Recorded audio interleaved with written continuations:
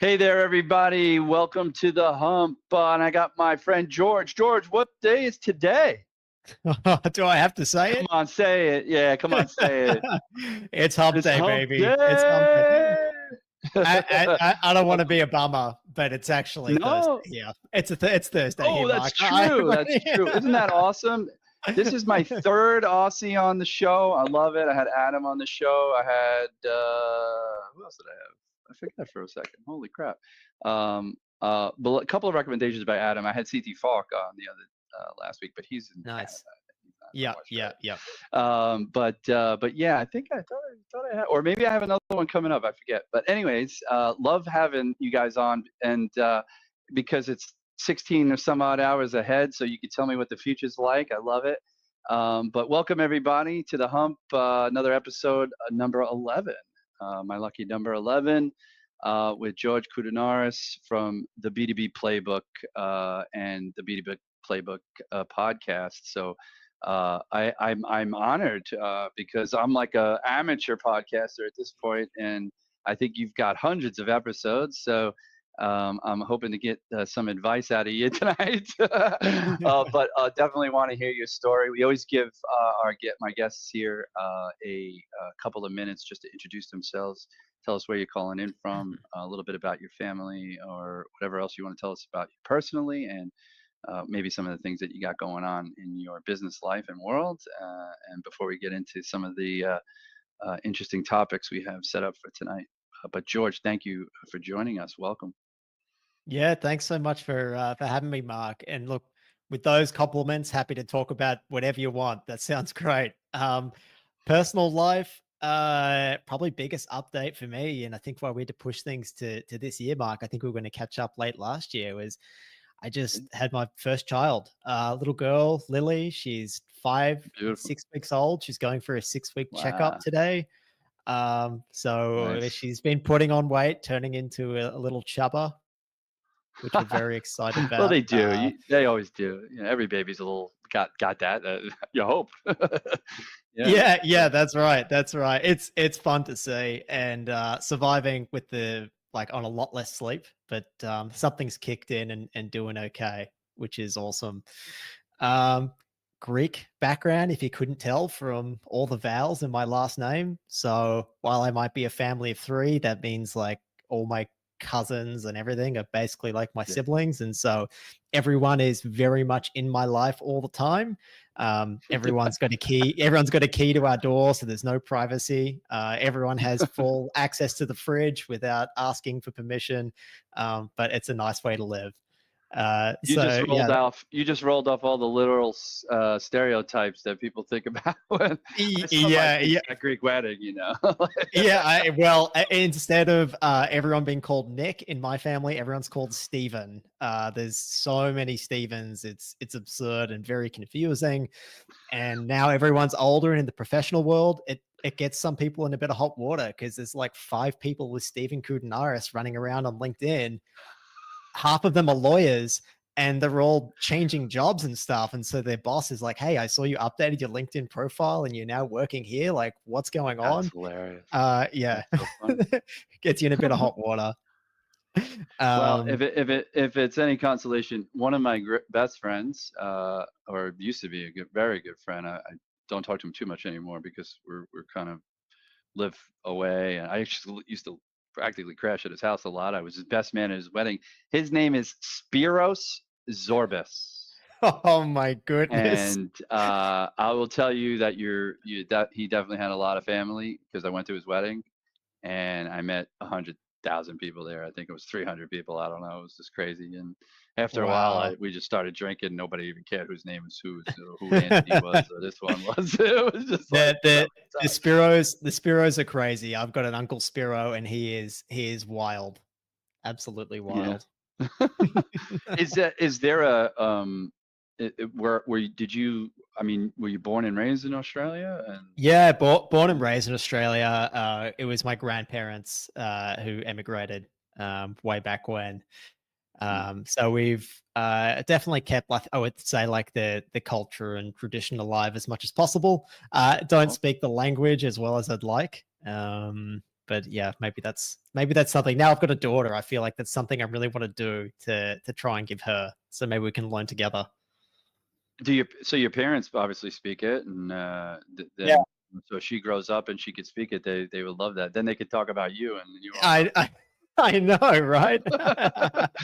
I really thank you for coming on the show. I tend to have a lot of sales side of the business, owners, founders, salespeople, and as I look at your background, and I see a lot of the stuff that you've been focusing on recently and throughout your career is more marketing focused. I mean, obviously, we always can talk about how it's really the same thing. I mean, marketers just use maybe platforms and content and stuff like that traditionally than maybe what people consider salespeople to just really use the phone, let's say, for example.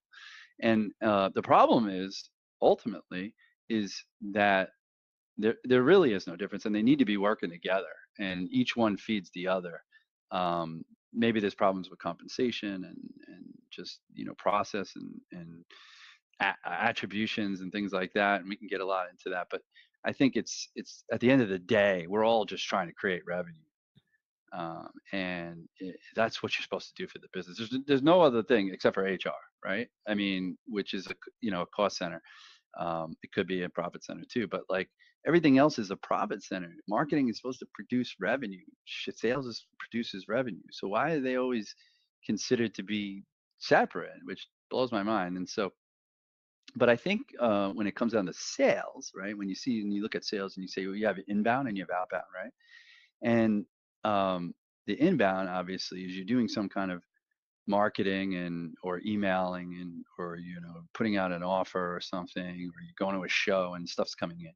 And then the outbound is that stuff that needs to be worked that's coming in, as well as what you might do cold. And but even cold, it's like, okay, we're still trying to get out there and a lot of times search for the hands that are raising, right? Or hands that might be raised or might want to be raised, right? And that's still demand. To me, is demand capture. Like, oh, you got it, you're capturing it, okay.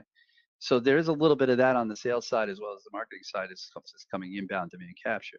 But demand gen, like, how do you create the demand? How do you influence the market? How do you, like, there was a post today about um, really good sales, but I forget who, but maybe Anthony Natalie wrote this. I think it was he said, you know, how do you, a good salesperson? Oh no, I'm sorry. Let me back up. It was Jason Bay. He said a good salesperson creates the demand, finds the problem, and illuminates it for the customer. It makes it brighter for him, helps them understand that this is actually a problem they should address. And that could even be a little bit of that. To me, is a little bit of that demand generation in terms of how do we create that content around that concept or that problem illumination, and then serve it up so that you can warm those guys into a conversation. And I think, to me, that's a bit of demand generation. And we do, as a company, a little bit of that, like programmatic campaign displays and other things that drive people to eventually say, hey, you know what, I want to learn a little bit more about that. That is a problem, but I just haven't addressed it. And so, in theory, I think in that case you're creating demand. But love to really have you dig in on that, because that's your thing, demand gen. What's the difference? Do you need both? Fire away. Yeah, yeah, totally. Absolutely, you need both. Typically, you talk about demand generation, demand capture. Some people break down demand gen into like shaping future demand, and others break it down into like, yeah, shaping future demand versus capturing demand that's in market right now. It's all about, of the 100% of the market that could be your ideal customers, the research shows that only 5% are in a buying cycle actively looking to buy from you right now. The other 95%, they're not buying yet. They don't need you yet. Of course, it varies, like depending on your product and industry, but that's basically what we know. You layer on some additional research from Bain and Company that says that when people go and make a short list and they enter a buying cycle, 8 out of 10 will only buy from you if they've heard about your brand before making that day one list. So all of a sudden, that means, well, if 8 out of 10 are only going to buy from you if they've heard about you from before, that means that there's only 20% who will. So let's say that you're not doing any type of 20% like, of 5%. well, so that's right, which is Yeah. effectively like 1%, right? So let's just say, Exactly. let's say you have a total addressable market of 1,000 companies. What does that take us down to? It takes us down to 10 who would even put you on their short list, which is why it Right. feels like trying to find a needle in a haystack, right? Yeah. Sometimes, because especially if no one's heard about you before, because it Mhm. is like, and that's what the research shows us. And if someone stops to think and to ask their buyers and try and track like what their buying journey looked like, they would realize that it happens well before like someone appears as a prospect in your CRM. But for some reason, we've lost our minds, and like we're pretending that all of a sudden like we can just go after this 1% that would only buy from us right now, and we're wondering why we can't scale there. Because like, guess what, there's a whole lot of other companies that are also competing for that 1% or that 5%. And barrier to entry for companies is net to create a company has never been lower. And so every year, like it's just like more and more sharks jumping into the same size swimming pool, competing for the same number of fish, unless your industry is rapidly growing.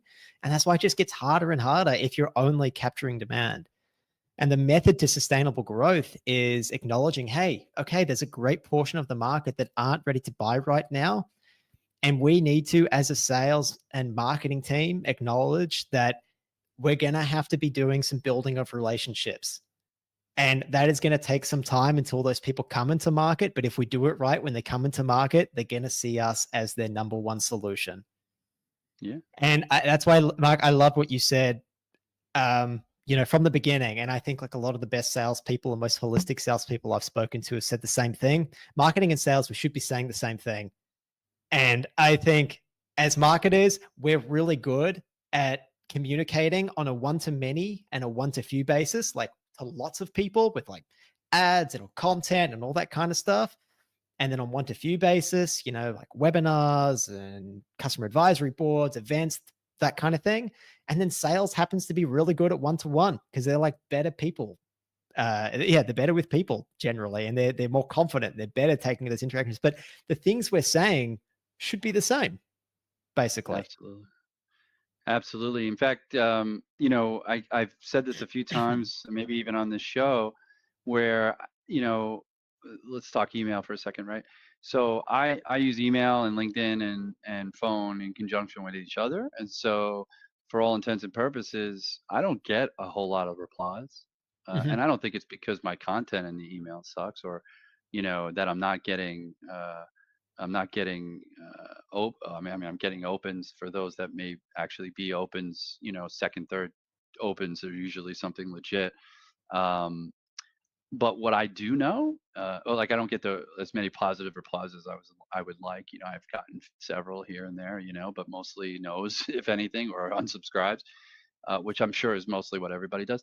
But I know that it's working, and I'll tell you why I know it's working. I know that it works in conjunction with each other because, like, I've had conversations with people and I'm using the same words, the same verbiage, the same phrases as I am using on the phone. I'm using in the email, I'm using in maybe a LinkedIn DM, or my marketing guy is actually using in the banner display ads or the Google ads, right? And as you use the same words and the same phrases, what have seen happen or have heard or listened to my own calls, right, is I'll be in the middle of a conversation that has gone past the opener, which it usually does. And I'll be talking, and then all of a sudden they'll go, "Wait, did you send me an email on this stuff?" Or I just got I think I saw something on this the other day. I don't know. Somebody was talking about it or whatever. Like you don't realize, like, oh, I was at an event. Maybe I seen you at an event. The verbiage that's on the banners at the event or whatever it is.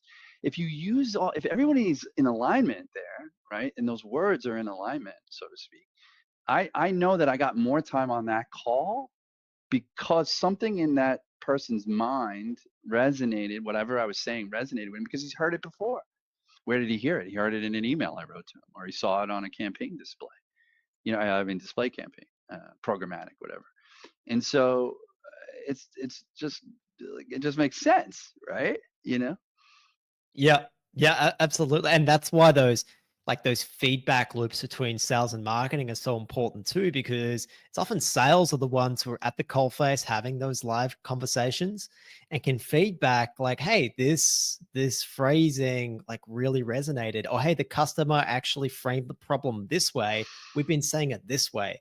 It's literally just like taking the customer's words and feeding them back to marketing, because like we can do that and push it out then and communicate in a more effective way. And then sales can use those words too. And like there's no point in us trying to give the customer new phrases, new words, because like education is exhausting and expensive and takes a long time to do. Like understand how they view the problem, understand the words that they use to describe it, and just feed that back between the two teams. Yeah, and it's like, are they afraid to meet? Do they feel like they're up against each other? Is it a culture thing? Yeah, yeah, 100%. I think, and it's funny because as you know, I've been working closely with Adam Mandarovich, and almost every day there's stuff that I will do that will annoy him as a salesperson. And I'm a marketer who is pretty well aware of like how to try and break down silos. And he's like, you marketers just need to understand how we salespeople operate. Like I sent Adam a list Vice today versa. of people who, sorry, what was that? Vice versa too. Yeah. I mean, look, I sent Adam a list today of people who are part of our CRO school, and Mhm. we've got a live session tonight. And I said, Adam, let's just reach out to them and make sure we get as many people on the call tonight. And he is like, oh, I lost the list. You know, where's the list of people? So I sent it to him, and he goes, bloody marketer, like you've given me the list of names, but the company that they're at isn't exactly next to them in this screenshot. He's like, this is going to take me too much time to go and look up myself. And he's like, this is why salespeople get annoyed with marketing. He's like, because most of us, like, time is money, right? And if you don't have all that information ready for me in one place, you just go boom, boom, boom, boom, boom. Like, I'm just going to go like, I'm done with this. I'm just moving on to doing what I know makes me money. And so it's just Yeah. little like that where you're like, okay, we need to get on the same page more. We need to understand each other. But also, I think sometimes, and a lot of companies that we see, they're really hamstrung by the way that we're measured. Marketing being Yeah. fundamentally measured a lot of the time based on MQL, a lot of sales, you know, based on if they're using the predictable revenue model, based on meetings booked. And that basically stops marketing from dedicating any of its resources to doing any real marketing that educates, and instead is designed to just try and pull people's contact Capture. details. Yeah, capture demand, which, as we know, is like finding a needle in a haystack. Yeah. Yeah. What do you think how do you I mean, I wasn't planning on getting into this, but it just dawned on me like I guess I think the same problem lies within sales as it does and sometimes lies with marketing, meaning the problem of trying to fix a problem with tech. Um, I'm curious what your stance is as you continue to consult with companies on building marketing engines. Is it is it heavily, do you feel like maybe marketers need a little bit more perspective in that they're focusing probably more on even AI than the SDR or AE or the sales the sales team is? Like, how is it affecting the mindset of marketers? How is AI affecting the mindset of marketers as they try to address problems with it? You think it's the Yeah, right way to go or the I think that technology just keeps pulling us further away from the customer themselves. And I think the more that we do that, we actually kind of pull ourselves away from what is important to sales as well. And I think AI, without knowledge of the fundamentals, I think AI is only going to make that worse. Like you see all of a sudden, you know, Clay raised a ton of money. They've got this huge valuation. Everyone's obsessed with Clay. And what's the first thing they want to do with it? They want to use it to now all of a sudden write their emails, like using AI based on all this data that they scrape, and they want to just blast the market. Again, just looking for that needle in a haystack, except now they're using AI to do it and it's cheaper. But guess what? Like you're probably burning a few relationships there too, or you're missing like a lot of opportunities to build relationships. And so many teams just keep looking to technology to find these answers, like AI and using things like Clay, when they haven't even done the fundamentals, which you can do out of a spreadsheet. Like, have you in sales sat down to define like who is your ideal customer, not just like firmographics and demographics, but like psychographics, use cases? What are the key triggers that bring someone into market? Have we defined what their buying journey even really looks like? Have we agreed on named accounts like that actually fit that criteria? Can we pull a list of accounts that we go, okay, sales and marketing, this is our list. We're going to market together. Can we even do that? I think you'll probably find that most haven't done that. And you can do that out of a bloody Google sheet or an Excel sheet, you know? It's Yeah. it's wild how much that we just keep leaning on technology to try and do more for us when people don't have the basic fundamentals in place. And you'll probably say from your experience too, it's the fundamentals, which is what really works, because it's all about building trust. Without trust, we have nothing in B2B, and spam cannons do nothing to build that trust. Yeah. I worked with a gentleman when I worked for a large building products company. People probably know here. I don't know how much. Oh, maybe you do in Australia, but Sherwin-Williams Paint Company. Yep. Sherwin-Williams Paints. I was a territory sales rep. I'd sold to paint contractors. I sold to building engineers and hospitals and schools and things like that. And anyways, the short of it was there was a guy, gentleman on our team, about 67 years old or so. His name was Mario, real Italian guy. He was one of the nicest guys. I mean, yeah, like 9 grandchildren and 7 other kids. You know, just a family man, lovely man, right? And when Sherwin-Williams, he was with Sherwin-Williams like 40 years or something, right? But but when I joined in like '02, a little bit after '02, instead of going with Salesforce, Sherwin-Williams, billion-dollar company, decided to build their own like sales CRM tool. And Mario, like me and many others, I mean, he's a lot older than me, but we're like, wait a second, like we did everything in daytimers and filofaxes. I don't know if you know what that is, but like on paper, like, but we had a process, right? It's a process. You had a way that you collected the information, specific questions, specific tabs, like you were able to create, it was all on paper, but it was like your scheduler and all this kind of stuff, right? Everything was there. It was a system. Like you might call it a system, even though it was on paper.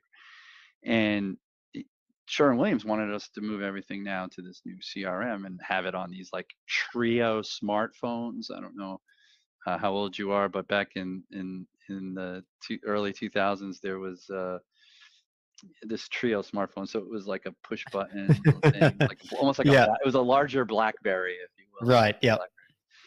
And I just remember I was one of the leaders in the team, and I'm talking with Mario, and I'm like, Mario, you got to use this because it was like they were forcing us to use it, right? But that then salespeople saw it as just a nuisance, like, oh, they saw it as a micromanagement tool and whatever. But the thing was Mario and even myself a little bit, like he had a book, he had a notebook, he had a process, right? Like, and you know what? He was one of the largest adopters of that platform because he had the process already. He just had to learn how that process fit on top of the tech, right? But at the end of the day, the problem was with some of the other reps who subsequently got fired because they didn't do enough work in their CRM or enough reporting in the CRM, because they just didn't have that discipline. They didn't have those fundamentals, that customer management, just that process of bringing customers through and customer success. I mean, it was not as clearly defined or overly defined as it is in some of the sectors we roll in now. But back then it was still just what made Mario great and easily transition to the tech was because he already had a system, right? He just had to figure out, how does this fit into my system, right? And I think that's the problem, right? I think people are fixing the wrong problem.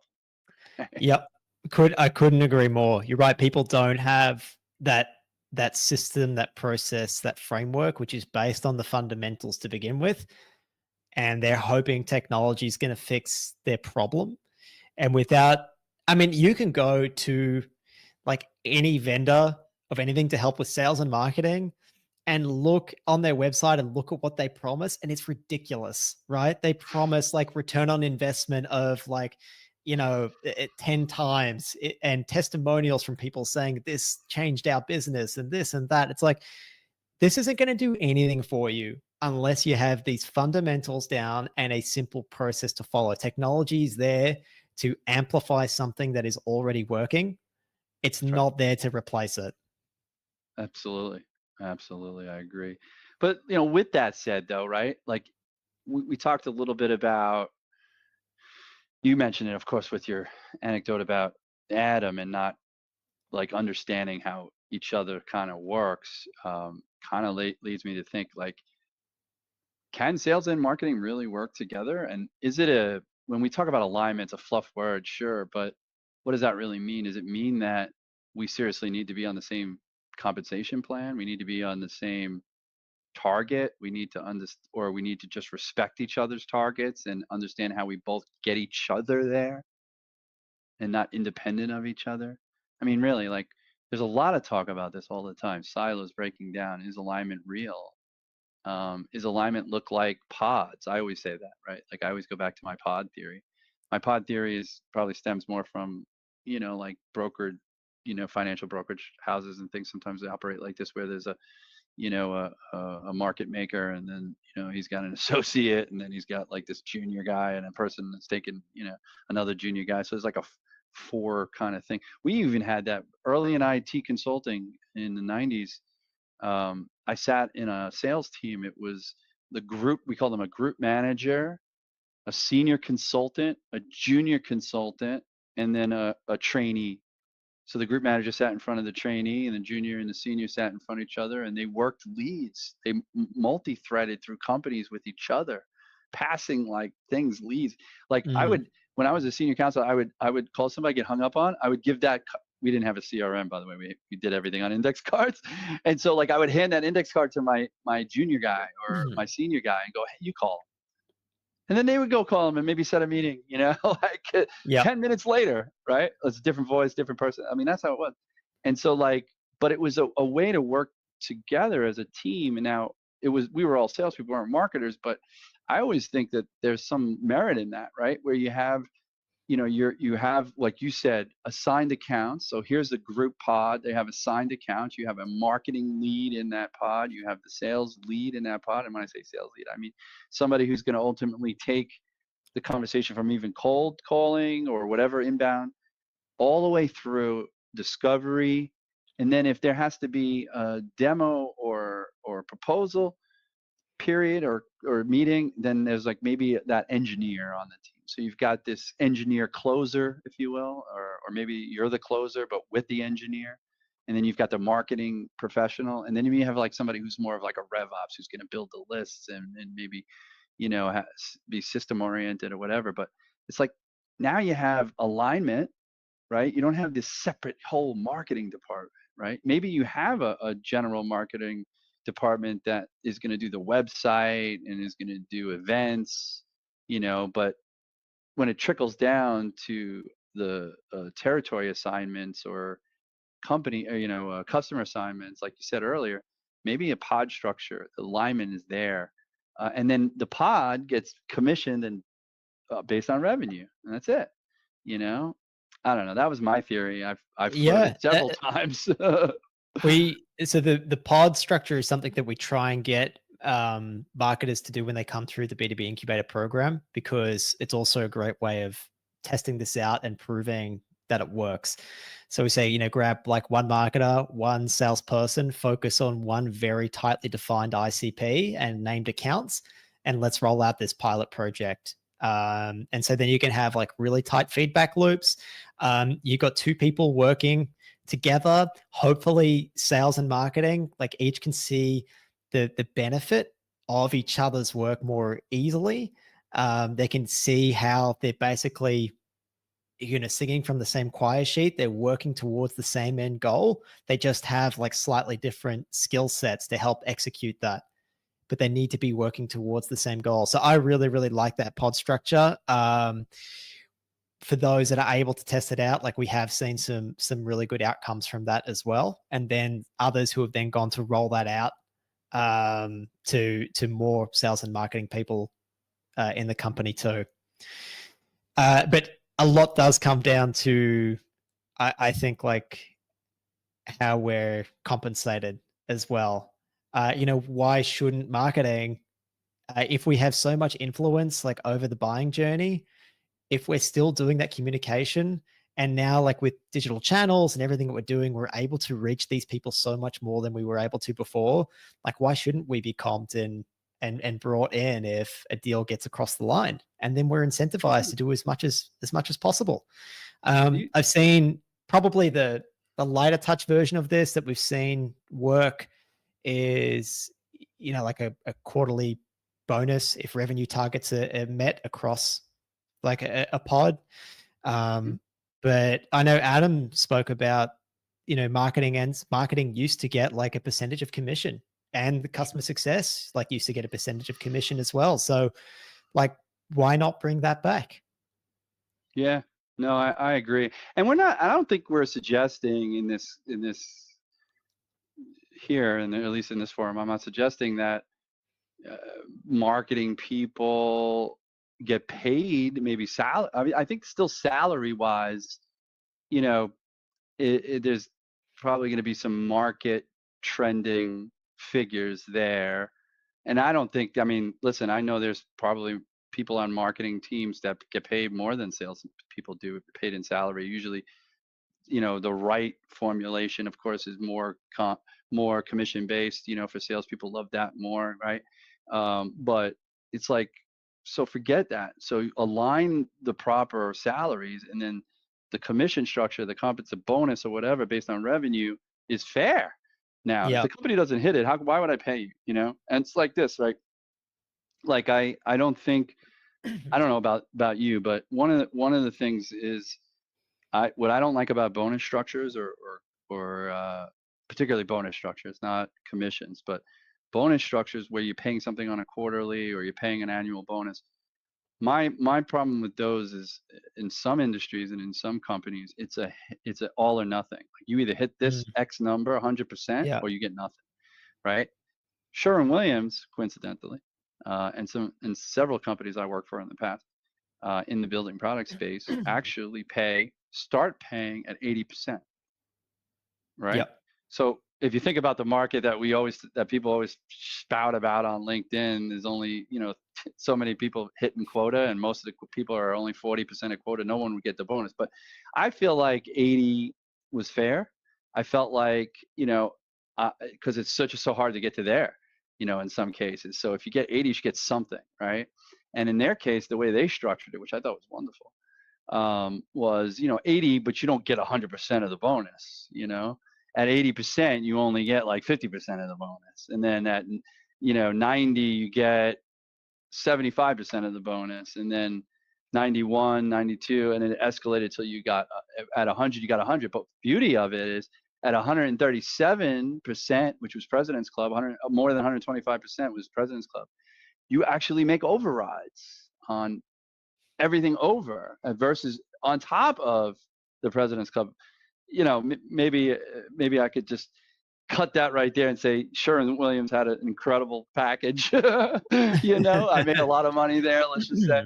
But like, yeah, I mean, I think there's so much room for creativity in compensation that you can make marketers and salespeople happy enough that they don't quarrel. Yep. In my opinion. Yeah, absolutely. I mean, that's a great example of how you can structure things to keep teams like really well aligned and pushing as hard as possible. And also, like, I suppose, like, once you group yourself into these pods and you start taking more of a demand gen mindset, there's a time lag that goes with any of this as well. And this is a big reason why people try these things and they don't follow through, because all the research shows that the marketing efforts that you do now, and it's probably the same with like, cold calling, it's basically marketing too. The marketing efforts you do now are not going to come to fruition for 6 to 12 months at minimum.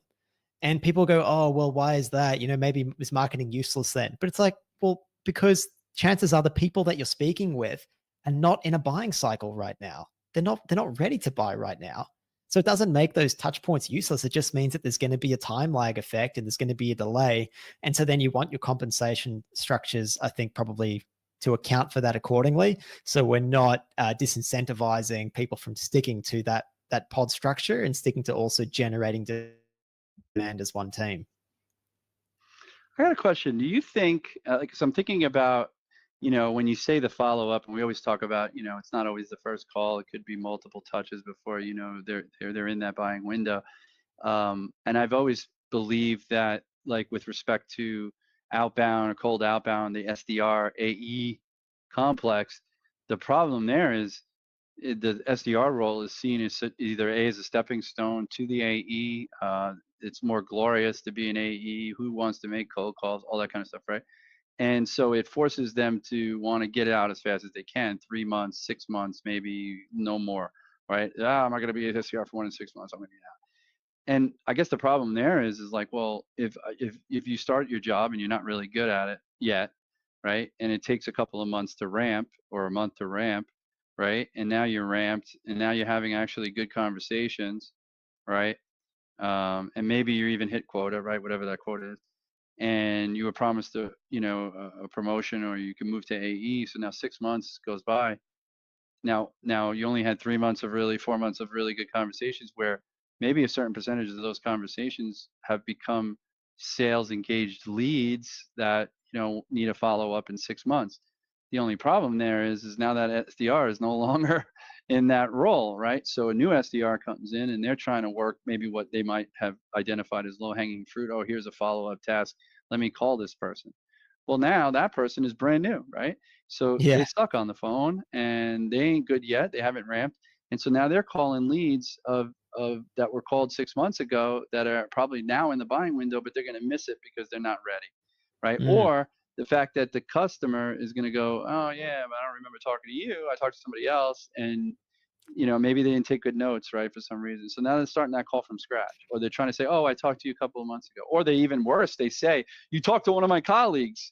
Yeah, and now I'm talking to you, and I don't want to talk to you either. So it's like, I'm curious, is there positions within marketing? Because I don't, I only had marketing teams when I worked in big corporations, so I really wasn't privy to what they're doing. But is there any kind of stepping stones there that precludes your marketing efforts, or, like, so shall I say, like, kind of hinders your marketing efforts in that same respect? I would say that marketing also suffers from its own silos within marketing. So not only is like marketing like kind of disconnected from sales, marketing has been broken down into so many specializations that we've lost sight of how they all work together to create one buying journey.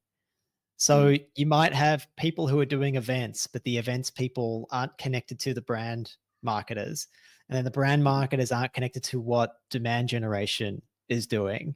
And then the content team is off doing their own thing because they're incentivized on the amount of traffic that they're getting, but it's actually not traffic from the right people. And so we all like working at cross purposes rather than, again, just aligning on the fundamentals and realizing that we've got a market we're going after. We've got to figure out what their buying journey is, answer their questions along the way. And then all those specializations are just different channels of getting in front of them. Like the things that you're saying at the event should be the same things that you're posting on LinkedIn, which should be the same things that you're posting with your organic content. But like we've all got these separate divisions and they're incentivized differently and have different KPIs. So we actually have these silos within our own silo, which wow, it probably that's also interesting. Never heard that. contributes to sales being like, marketing, what the hell are you doing? Well, that's part of the problem then. Yeah, Yeah. I've never heard that. I've never heard somebody talk about it like that. I appreciate that. So alignment, not only between sales and marketing, but within marketing itself, within sales itself. I mean, look, there's specializations in sales, right? AESDR is a specialization, mid-market, enterprise, SMB. Well, I believe that, you know, the quote unquote silo, if you want to call it that, of mid-market, SMB and enterprise is rightful, is purposeful, because they are truly different sales kind of motions, Yep. in an enterprise. Well, I mean, depending on what you're selling to them, right? Enterprise software, obviously software for enterprise, that means that software, that piece of software can infiltrate multiple departments in a 10,000 person company or whatever. But ironically, if you have a specific, like if you sell legal tech, is that enterprise technology just because the company is 1,000, 10,000 people? I don't think so. You're selling to companies we call enterprise because enterprises means big companies, more than 1,000 people or more than 5,000 people, or whatever, it's more than 500, whatever the filter is there. But but you may only be selling to one decision maker in that company. Meaning one department. Of course, there's probably a hierarchy of decision makers all the way up to the CFO or CEO. I get that. But that's any company. That's every company, no matter what you sell, S&B or a mid-market. S&B, you might actually be talking to the owner. Mid-market, you could be talking to middle managers, right? That eventually have to go up. Enterprise, you're going to be talking about even somebody lower that has multiple people above them that they're going to have to get approval from. So it's a different sales motion. Is it, if you're not selling a product that goes into multiple industries? Because people think enterprises, oh, well, I got to sell it and I land and expand. Or is it like you only got half of the department and so now you want every other user in the department? I mean, I guess there's a couple of ways you can cut it up. I guess I'm asking a rhetorical question here, but I just feel like, even in sales, there could be silos, because of the specialization of roles. And for me, I feel like, I think that the top of funnel outbound business development is not an entry level role. It's not a role that should necessarily be a stepping stone. It can be. I don't see why BDR can't be a BDR for a year. I've been a BDR for 5 years. Yeah. And I'm 52, and I'll be 52 in April. So yeah. That's I only because guess I work for a it's sales development agency and I do the work for our customers, so it never ends. But I'm not necessarily moving up, right? I'm a partner in the company anyway, so it doesn't really matter. But I just feel like, wow, I never heard a marketer actually lay that out on the table like that. So I appreciate that. I want to get into talking about this. As a podcaster, as a marketer, as an independent brand builder. With the B2B playbook and such, content engines are, everybody wants to be able to create content. I think the biggest challenge people have, not only we're all challenged by time in our day to create content, but I've learned a few things on how to do certain things that can batch or bulk up my content creation.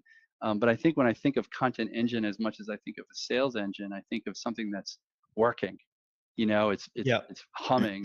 It's just producing content naturally, or electronically, or AI generated, or whatever it is.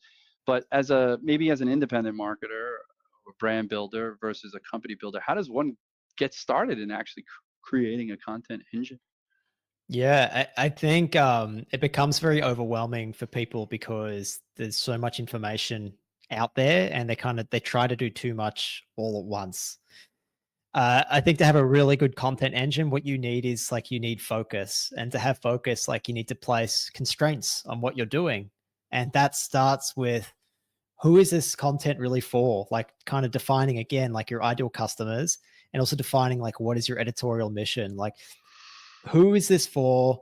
What are you giving them, and how are you going to give it to them? So for us, we, the B2B playbook, we create content for demand generation marketers.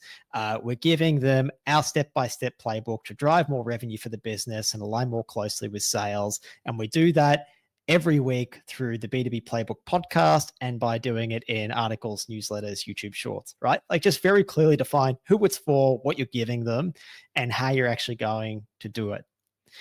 Now, the point at which it becomes an engine and not just the content for content's sake is we don't just have random ideas and think, oh, let's go and create content, or read something on LinkedIn and go, oh, that's a really good point. Let's do that. What we do instead is, like, we spoke to our ideal audience, conducted like 50 interviews with people who I knew were my ICP, and spoke to them about like what their pains are, but also like what their buying journey typically looks like. And then we mapped that to the 5 stages of awareness, like my favorite framework for mapping out a buying journey. And for those who don't know, the 5 stages of awareness is basically 5 stages that someone goes through from becoming a prospect to a buyer. Those stages are unaware, meaning they don't even know they have a problem that they need to address yet, problem aware, solution aware, product aware, and most aware. And then we map out the ideas that we have at each of those stages to get them from one to the next. Maybe have 2 or 3 ideas under each of them. And then we just repeat it again and again and again and again. And Mark, you've seen some of my stuff. I don't know if you felt that there's too much repetition. Like we really don't get that feedback, but we're just communicating the same ideas again and again and again through our different pieces of content. We have a system for consistently committing to creating that content, but it's all mapped back to that 5 stages of awareness. And that's the difference between just creating content for its own sake and actually building an engine that is mapped to the buying journey and takes people from that unaware stage all the way through to being a paying customer of yours. So theoretically, or in practice, you'll have a kind of a message for the unaware, a message, a different message for the problem aware, a different message for solution aware, product aware, and what was the final? I forget you said. Most aware. Most aware. And that's And, I thought you were going to say the people. I thought it was unaware, problem aware, aware that there's a solution, alerted or aware of that there is products out there, and then there's that kind of gets broken down a little to like they're aware of the solution, but they're now, and then the next stage is they're aware of your solution. Is that what you mean yeah, by most that's probably the aware? difference Is when they between. know everybody? Yeah. No, so solution is when they're comparing different ways of solving that problem. So for demand, if for example, someone wants to implement demand generation in their business, there's a number of ways they could do that. They could hire an agency to help them do it. They could hire a demand gen expert internally. One other way is training up their own people internally, and that's what our course does. And so we explore in our solution aware content, like what are the pros and cons of each of them. And now look, our solution might not be for everyone. If you're a one-man band and you have no time on your hands at all, then maybe doing this in-house isn't the right option for you right now. Maybe you do just need an agency to help you get to that next stage, so then you can reinvest and do that. But so that's what solution aware content is. And then product aware is when you go, okay, now you're starting to compare, like you've decided that a demand generation course or program is the way to fix this. Now, maybe mine isn't the only one. What other ones are out there? And so then you start comparing them. And so that's where like case studies and comparison reports and all that kind of stuff comes into play as well. Testimonials, all that kind of thing. And then most aware, look, you could probably group product aware and most aware together, but most aware is like they're kind of on the brink. They're more ready to buy. Is there any kind of campaign we can do to push them across the edge? So I want to get into this product aware because I think when you do start using case studies, use cases, and things like that, this is going to circle back to me, for me, to having that same verbiage, that same language transcending the different departments. And what I mean is like, look, you know, what I think a lot of folks, a lot of salespeople do wrong, of course, is, and we've seen plenty of content on this, is, you know, don't just write, oh, I'm following up, I'm pushing this up in your inbox, or circling back and all this kind of stuff. And quite honestly, if you start off that email circling back, as long as you have something else besides that, it's okay. I don't think it's that so bad. You use that. And it's not as played out as everyone thinks. It may be played out amongst all the sales professionals on LinkedIn, but you know, I call into hundreds of other sectors that never heard of the thoughts bump or any of these other quote unquote tricks or tips that people say. So I'm just going to put that to bed. But what I was thinking with the case studies is that when I call people back or for the second time after I've actually nurtured them in some kind of I sent them the case study. I know that they're, I'm trying to push, I'm in this sort of sector. I'm in product. I'm trying to, they're in the product aware. I'm trying to deliver to them information that could help them, sit down or whatever it is at some point. And I think there's the alignment with marketing. Marketing is going to have the best uh, pieces, or have put together the best pieces, hopefully, as we work together. But then my ability to then get that person back on the phone and even comment or utilize the information that was in the case study and say, hey, by the way, I sent you some content. I don't know if you read it, but one of the key components in that article for me, as it relates to you, Mr. Prospect, was XYZ, right? Now you're having a way much more intelligent conversation with the person. You're not just saying, hey, I'm Yeah. following up. Do you want to sit down, right? I think it's interesting. Again, these stages, if you really break it down like that, help to pull these two groups together and understand that this stuff has to work in conjunction with each other. Yep. But no, definitely some interesting things there. What do Absolutely. you think And about? getting, oh, sorry, I was just going to add it. Like, that's why I think it's really important to map those key ideas to those 5 stages of awareness. You don't need to buy buyer enablement software. Create a Google sheet with unaware, problem aware, solution aware. Like, these are the ideas. These are the links to the content that we have, and make sure sales understand that as well. And then sales can start having better conversations too. And so, like, Adam Robinson? yeah. Do you know Adam Robinson at our B2B? Yeah, absolutely. You just use that, like that's what they call his platform, right? Like it's you said it, I forget the words you use. Go ahead. But like What do you that's think is the biggest? What do you think the biggest like?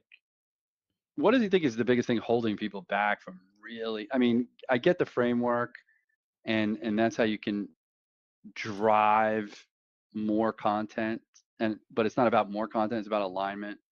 It's yeah. about some of these other things you mentioned, but I don't know. I think it's some people also view it as, how do I like not be behind the 8 ball? Like, how do I get ahead of all this stuff? And I think again, even with that, it's like, how could I use AI so that I don't have to do as much work?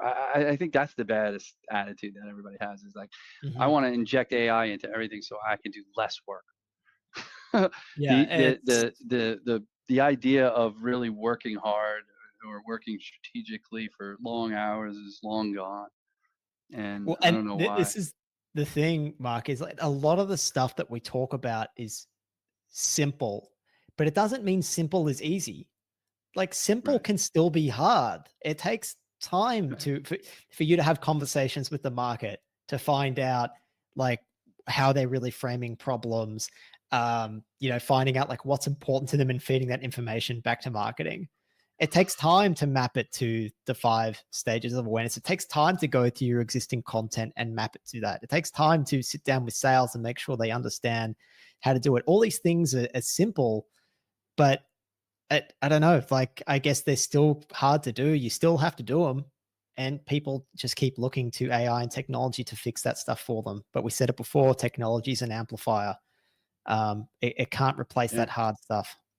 My grandfather Which always said to me growing up, he said, Yorgo, my Greek name is Yorgo. He said, Yorgo, always do things the hard way, never the easy way. And I used to think that was such a ridiculous statement. And I was always to think like, no, I'm going to do it the smart way. But now, right. like, now I get it. I get what he was saying. There's no shortcuts for the fundamentals. There's no shortcuts for the hard stuff. You have to do it. Yeah. Yeah. Yeah. And I don't think it's mature enough yet to rely on its database of whatever it is to map out those kinds of things, to help people understand where somebody is in their journey. And I think, for me, again, I'm always I'm very phone first. So, talking to people, you mentioned it earlier, maybe having like a round table, or a forum for your customers. What was it? Customer, you said it earlier. where Advisory you board might or roundtable? advisory boards, Yeah. things like that, where where you can actually get valuable information. It's funny. I don't know if you're familiar with Shane Mahi. He's with a company called Mega.ai. I'm sure you've seen his content. He Mhm. and I are pretty good friends. He's going to be on the show at the end of the month. And one of the things I always admired about him is, and he still is doing it today, but now just for Mega. But he holds these like leadership dinners, and he gets like a bunch of CEOs and or whatever. Well, actually, the way he does it is, well, before he was at Mega, what he was doing was he was doing it for other companies. So he would meet somebody like you, right? And like you market to or you sell to directors of marketing or marketing agencies or marketing companies, whatever it is. And so like he would come to you and say, hey, I'll set up a dinner, a leadership dinner for you, and so you'll be the host of the dinner, but he'll curate the whole thing, the place, Yeah. the people. He'll bring the people. You just tell him who you want to be there, and he'll bring those people if it's not customers. And then he sets it up, to have a meaningful conversation at that dinner amongst everybody, almost like a panel discussion, right? And it's just and there's so many neat ways that you can gather this quote unquote first party data, if you will, Mm.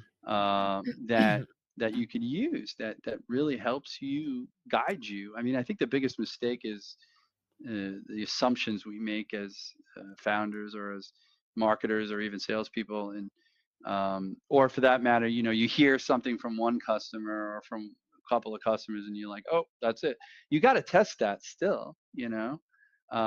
Why do so many companies in the beginning, the founder-led sales concept of, well, I'm just going to capture all the low-hanging fruit, right? All the people who already know, like, and trust me, I'm going to get those people in. That's why it's so disparate, right? So when a company or consultant like myself or yourself goes in and you say, well, who's your ICP? And you say, oh, well, like I, like, for example, I had a client we sat down with, or a prospect we sat down with, and he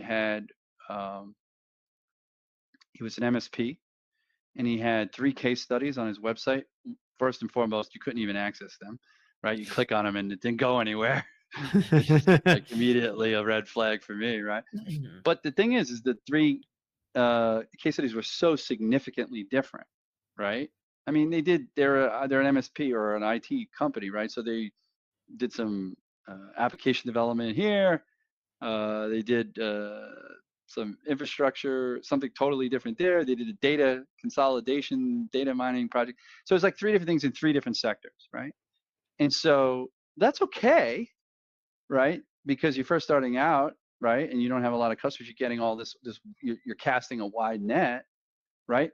But now, embedded inside of those 3 cases, if you can ask the right questions, right, and get the feedback from those specific customers on exactly, the before and after picture, is something that we always do with customers when we sit down and say, I'm going to sit down with your 3 best customers or your 3 customers that you can recommend and get me in front of.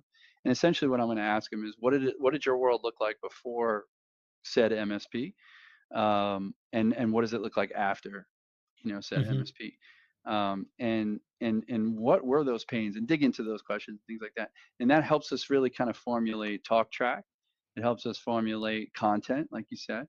And it's just so paramount in the process that it's amazing that people, they wonder, they say, oh, well, this is what this customer said, so then I put it in a marketing piece, but now it doesn't get any play. Well, you got to do the work, man. It's not just one, That's it's right. like 100, if not 1,000 before I mean, look, companies, I mean, listen, you can name a dozen companies off the top of your head, even huge brand names. You think they were all of a sudden, look, Nike, all right, maybe Nike's different because, once Michael Jordan endorsed Nike, it went through the roof, right? But it was like, before that, they were still selling sneakers.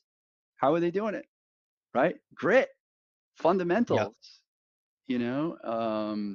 That's like today, like people's like, oh, there was this whole like barrage. I think it's kind of calmed down a little bit, but there was this moment, I think, I want to say it kind of slowed down towards fourth quarter last year, but like for the whole first 9 months of last year, I think LinkedIn was all about, or well, at least what people were talking about was, these quote unquote influencers who are now touting different pieces of software or different and getting paid for it or not getting paid for it. Who gives a shit if they were getting paid or not getting paid? I don't give a shit. If they think it works and it's worth looking at, then I'll look at it, if I have the problem that it can solve. Right. But I think people are just like influenced so much and they thought, oh, let me hire Morgan Ingram to talk about this product once a week for, $20,000 and we'll see what happens. And, granted, he may have been talking about it, but you still have to have, you got to do more than that. You can't just rely on, one channel. And I think the problem is